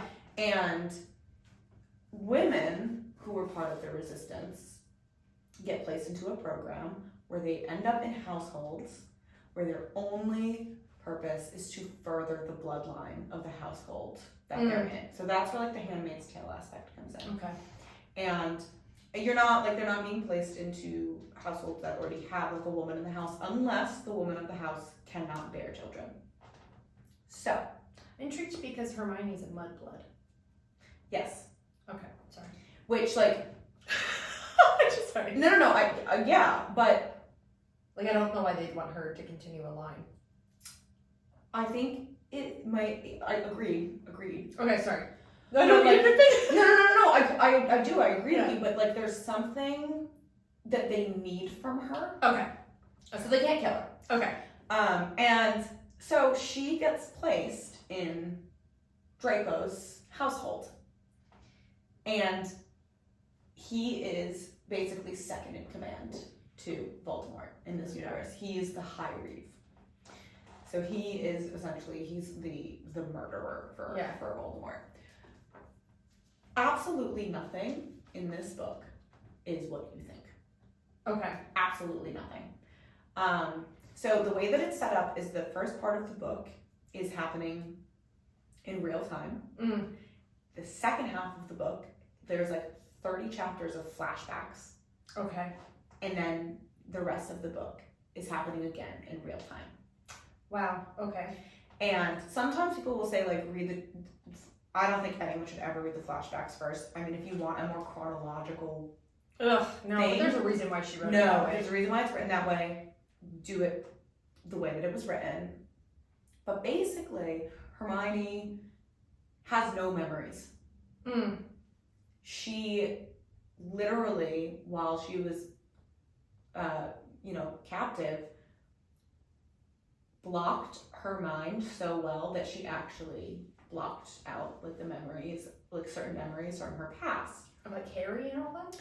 No. Oh, okay. Very specifically. Lori won't spoil. No, very specifically of Draco. Interesting. Which is why literally nothing in this book is what you think it is. Absolutely cool. All right. So I remember reading it and being like, holy shit. All right. It's one of the... It's very intense. Yeah. Like, check your trigger warnings for sure. It's intense, but it's beautiful. It's absolutely heartbreaking. It's a wonderful, like, take on... It's just, like, giving these characters a different life, essentially. Yeah. This book was everything to me. Everything. I finished it, and I posted about it on my TikTok, actually. I was like, I have no idea what just happened, and I was like, I'm forever changed by this book. It is my number one for a reason. Yeah. It is definitely in my top 5. I don't know where it ranks, like, of all time. Okay. But it is. Yeah. So you can read this. So I have a physical copy because I'm extremely lucky. You can read this on Archive for Our Own. And if you have a Kindle, you can actually download it so you can, like, put it on your Kindle. Yes. And that's how I read it. I read it on my Kindle. But yeah, so it's a behemoth. I'm just gonna say, if you're not ready to read like a long ass book, don't even pick this up. But it was absolutely wonderful. Absolutely wonderful. Okay, so that's my number 1. That's amazing. Yeah. Okay, so now for fun, if you can think of anything off the top of your head, I have my Goodreads up right now. I have like 2 or 3 books. What are your honorable mentions? Do you have any? I gotta think. Okay, I'll go I feel like I have like a few, honestly. So, honorable mentions for me, if I'm looking at my 2023 reads, Funny Feelings by I liked that book. I did like that book. Oh, I loved that book. That's an honorable, and this is in no specific order. I'm just like scanning through my Goodreads. But I just adored the wit in that one. I adored the characters. It was just all around just an easy, really enjoyable. Like when I'm looking, I just like remember feeling it. Yes. Like I have a feeling when I look at the name of it. I weirdly liked Accidentally Amy.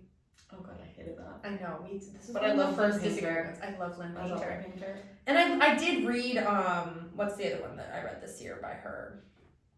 Better Than the Movies, and I loved that book. That's not on my list because I read that in 2022. Better Than the Movies is in my top 5 of That's all an incredible time. book. That is I love a that. perfect YA novel. It is a really good YA novel. Liz It's incredible. and Wes, I love you so much. You are my babies.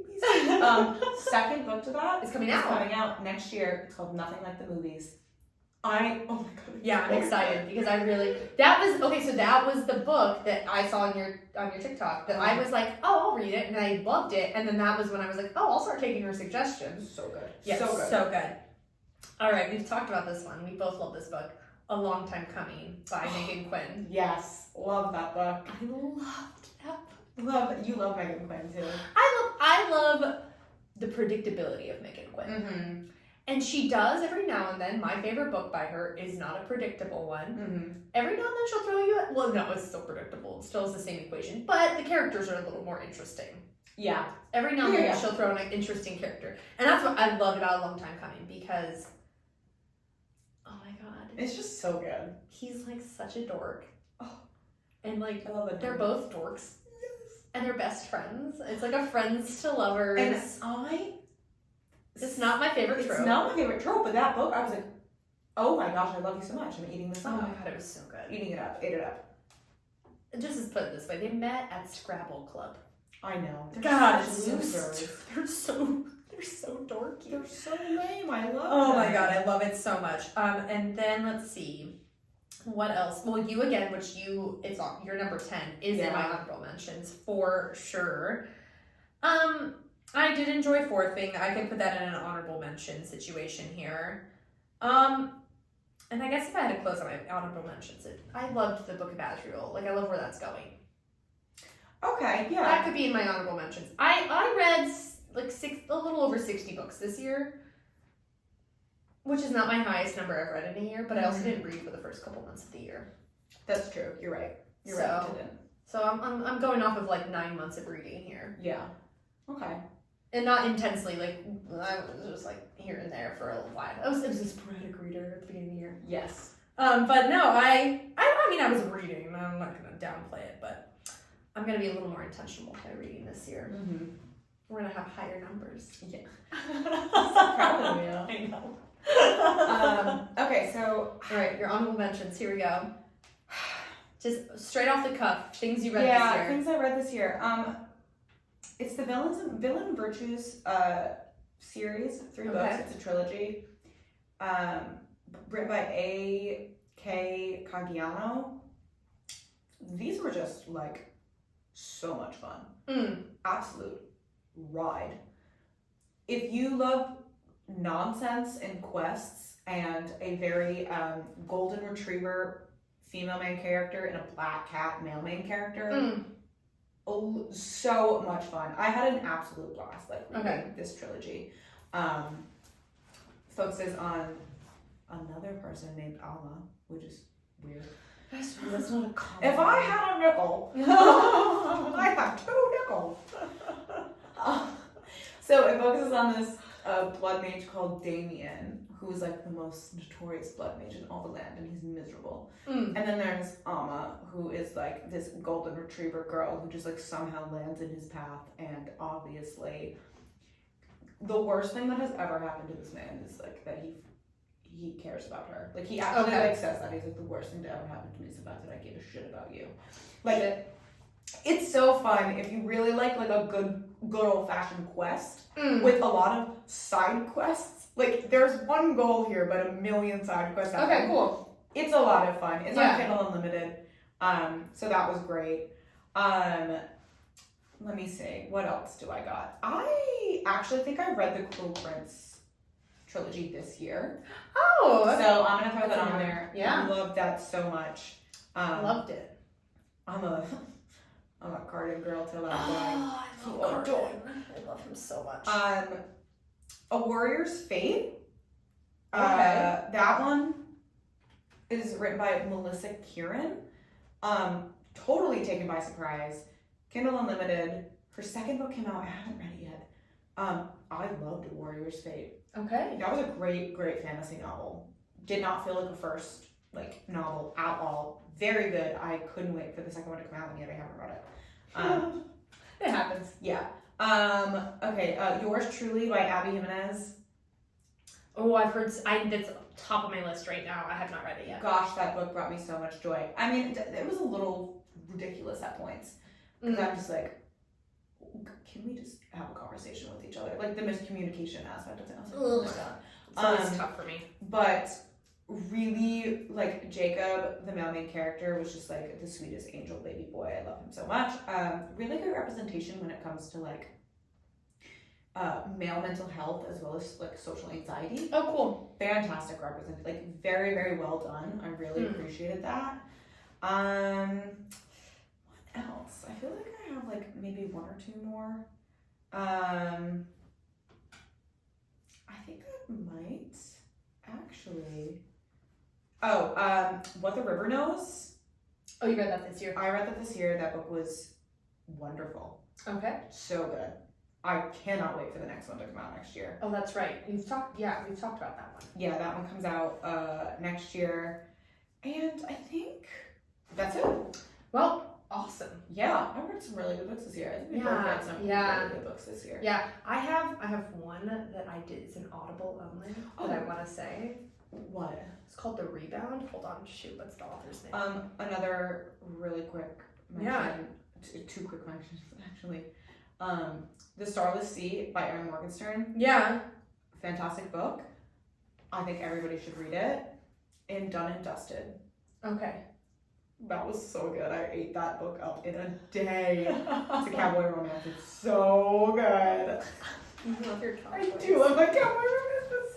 Oh my god. So I listened to an Audible only book, and it was called The Rebound by Leanne Slade. And I was blown away by it. Yeah. To the point where I wrote a review on Goodreads, and I don't write reviews because I'm like, I'll just put stars. I like loved this book. You wrote it. You literally wrote a review. I wrote words about how I felt. Oh wow. And I was you literally can only listen to it if you're an Audible member. So it's like a very niche thing. But I just like realized I wanted to mention it because I adored the fact. So it's like this girl, it's all set in England, and this girl is in a very like lackluster relationship. And he proposes to her on a Thursday night pizza dinner. And she just doesn't, and she's made it very clear she never wants to be married because her parents' divorce really messed her up. And so she says yes because she's so uncomfortable. And she goes to work the next day and she has a panic attack, and this very hot work rival helps her out of her panic attack. Oh. And she kind of like, he talks her out of it, and then she opens up to him because he's a stranger and it's more safe, and she's kind of like, I said yes to a proposal I don't want to say yes to.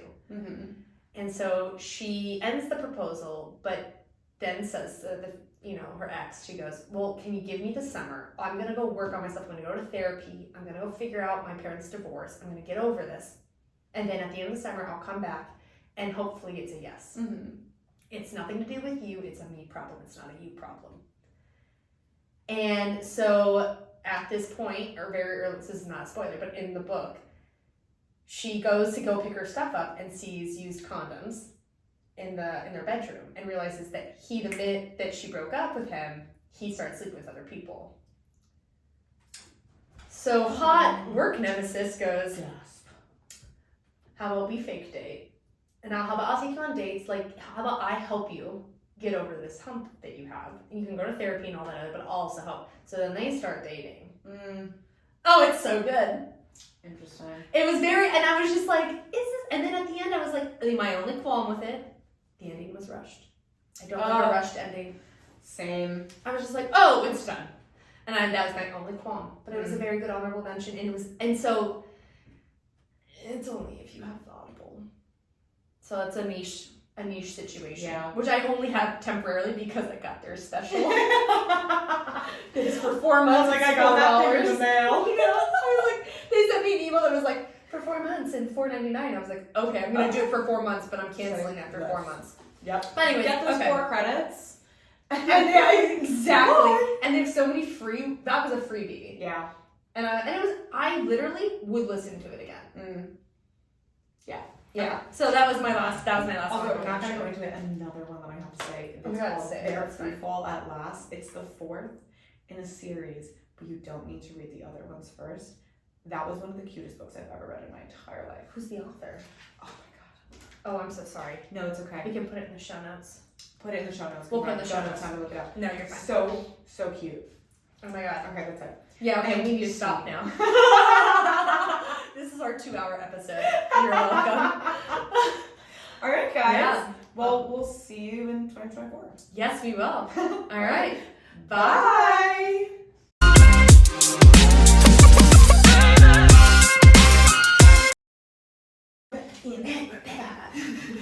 Okay, so we're doing 3, 2, 1. Okay.